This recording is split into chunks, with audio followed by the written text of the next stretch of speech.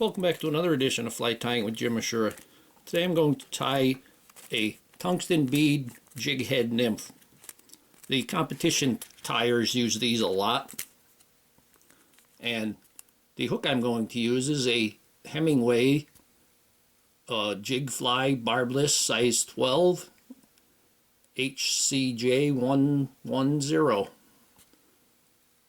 can see the nice no barb on them. It's really nice.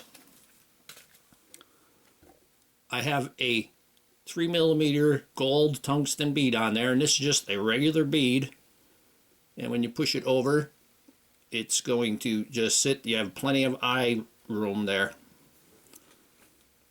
Even though this is tungsten, I'm going to add a little bit of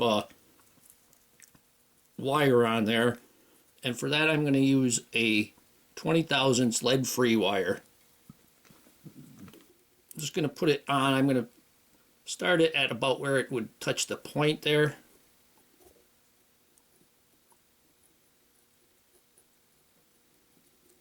Ah, 8 to 10 wraps. Pull that off. Going to, the lead free wire is a little harder to break than the lead wire. Use my fingernail there to help cut it.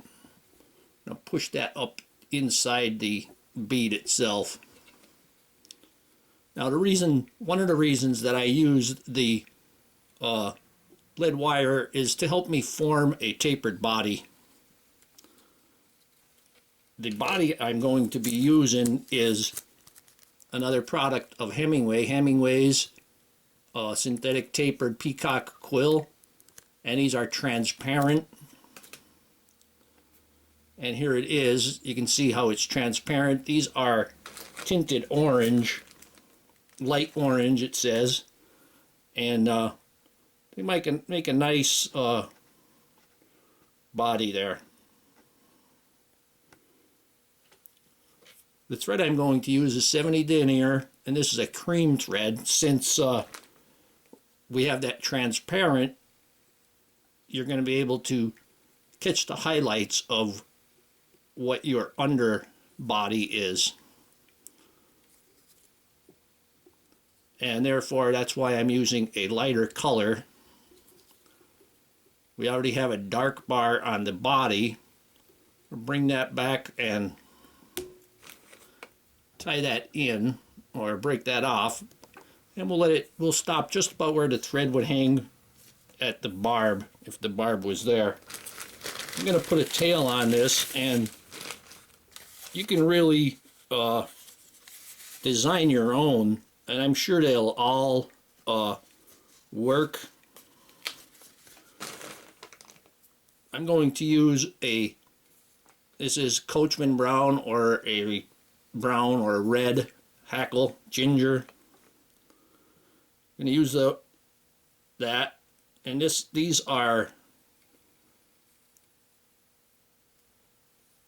is a cape feather. I'm just going to take some. You can see where you can see on here, you can see the web and then the stiff parts. We're going to tie in just the stiff parts.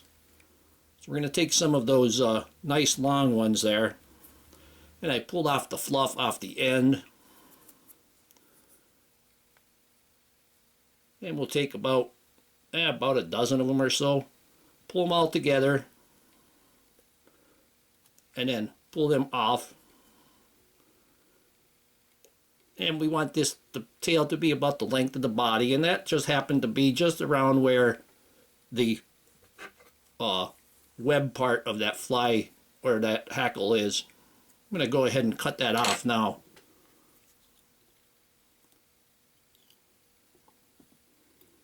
We're going to tie that in.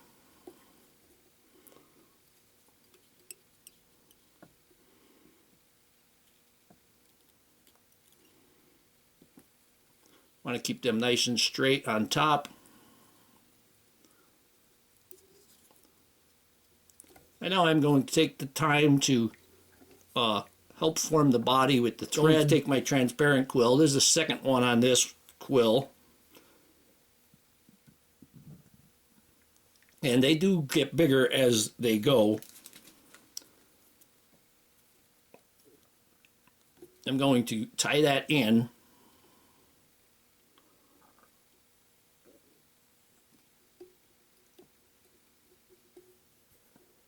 And I'm tying it in with the light side up.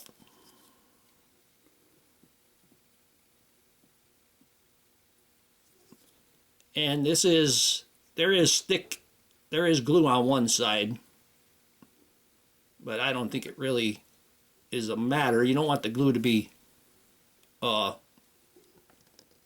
showing. We're going to take that and we're going to wrap that.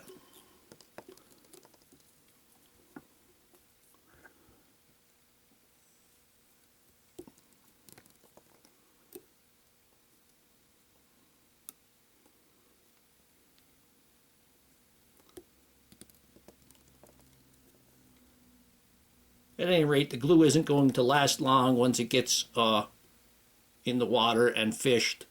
You can see we're getting really nice segments there.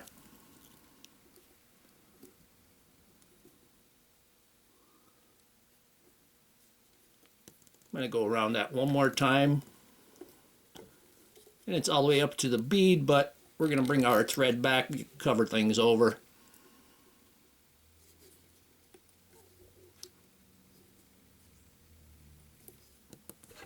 Folded it back and wrapped on top of it. Now I'm going to trim that off nice and close. And now we can bring our thread back a little ways.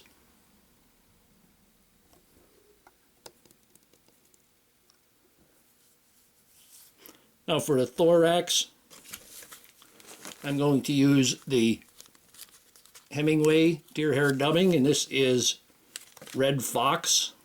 So I just pinched a little bit and just take that little bit and wind that on there really tight, and it won't matter that you actually have the hair.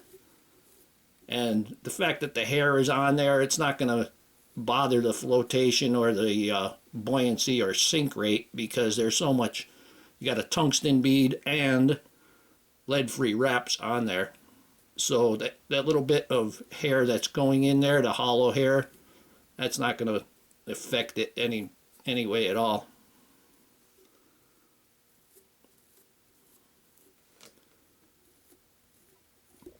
Okay, I got about 2.5 inches worth there. I'm going to go ahead and wrap that.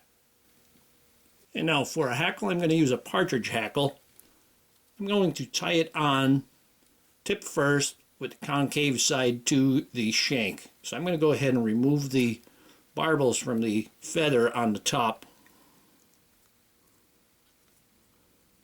Don't try to take too many at a time, because you'll go ahead and rip off too much of the stem.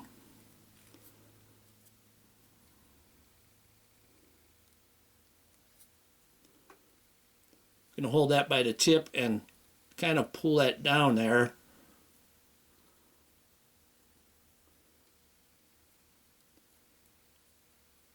Okay, we're going to tie that in. I'm just going to go right ahead and hold that up there.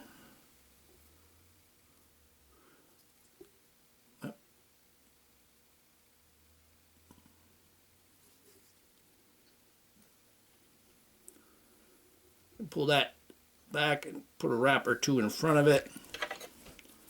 And then we're going to remove the excess tip section that we tied in. I'm going to take my delicate hackle pliers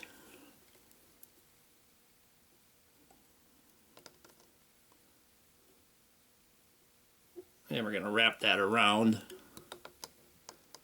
Give that a couple of turns.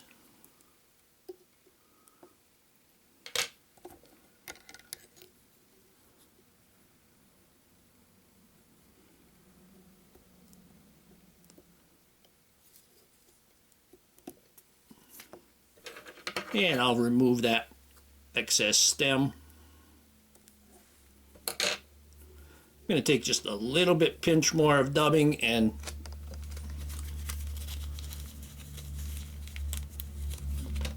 just a very small pinch, just enough to hide that thread in the front.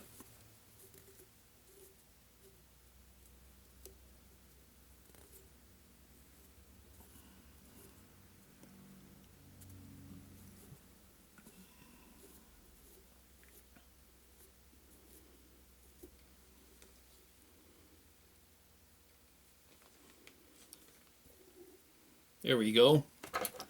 Take the whip finisher.